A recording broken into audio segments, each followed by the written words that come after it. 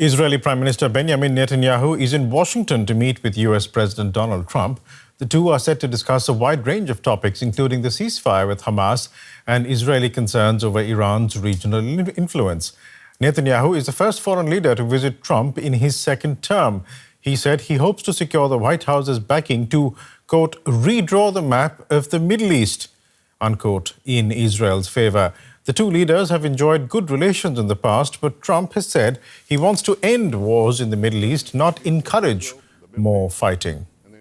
This meeting could be a test of the ties between the two leaders and an early indicator of Trump's approach to the Middle East. Yarden Gonen was full of gratitude when her sister Rami was released from captivity by Hamas in Gaza.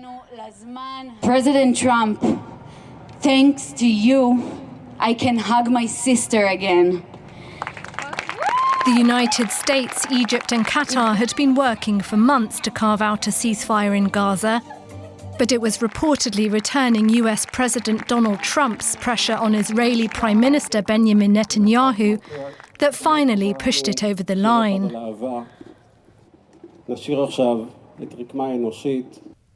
The close relationship between the two leaders dates back to Trump's first term in the White House, which saw Washington ramp up support for Israel. The nicest people on earth.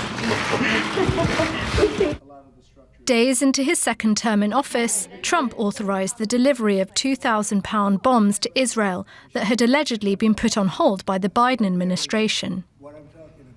Thank you, President Trump, for keeping your promise to give Israel the tools it needs to defend itself, to confront our common enemies, and to secure a future of peace and prosperity.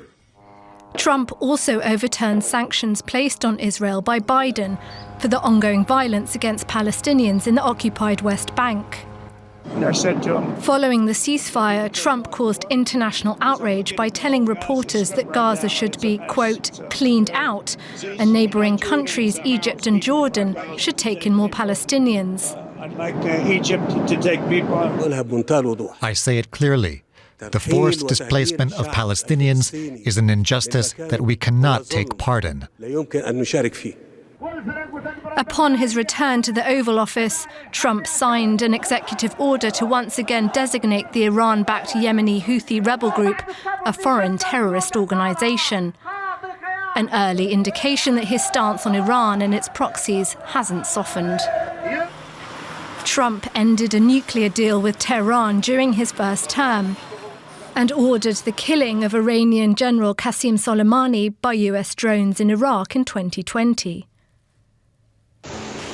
Iran's Revolutionary Guard say they held naval exercises in the Gulf on January 24th to show they are ready to confront an invasion by extra-regional forces.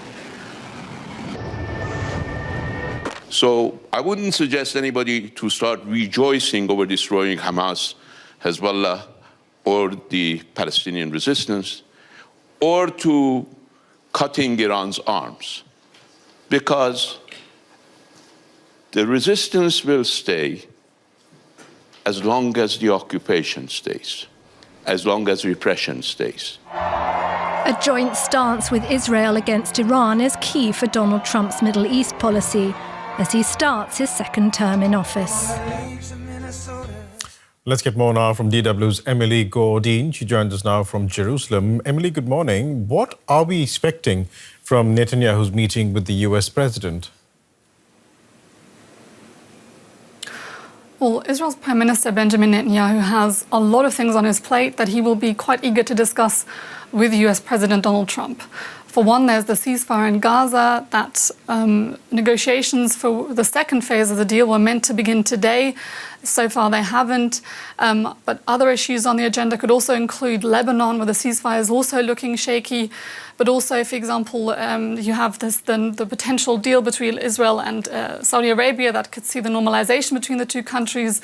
This is also something that the two leaders could well be discussing. This is something that US President Donald Trump is said to want to move quickly on. And of course, Iran will likely also feature quite dominantly in these talks, with Prime Minister Benjamin Netanyahu likely trying to get American cooperation on a potential strike on Iran's nuclear facilities. However, that is something that the Americans so far have shown very little enthusiasm about. Also, Emily, the second phase of the ceasefire talks is supposed to begin today. Will it? Well, that's the big question. Qatar, which is one of the main mediators between Israel and Hamas in this conflict, came out yesterday urging the two sides to come together and to start negotiations and to start talks. However, at this point, it seems as if Israel's Prime Minister Netanyahu might want to wait until he had his meeting with US President Donald Trump, which is set to begin tomorrow. And what you also have to remember here is that even though it was the Trump administration which is said to have put a lot of pressure on the Israeli side in agreeing to the ceasefire, it's not entirely clear whether they will also force them to follow the deal through until the end. In Israel, there is a lot of opposition within the government against this deal. They're putting enormous pressure on the Prime Minister in that regard. Former National Security Minister Itamar Ben-Gvir and his party, they resigned over their opposition to the deal. Finance Minister Bezalel Smotrich and his party have threatened to follow suit. That could ultimately see the collapse of the Israeli government. And observers say this is something that Netanyahu wants to avoid.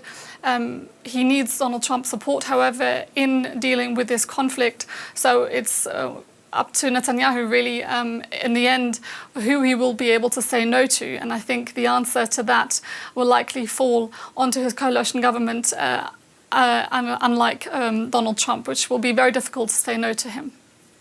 We'll leave it there for the moment. Thanks so much for joining us. Emily Gordine in Jerusalem.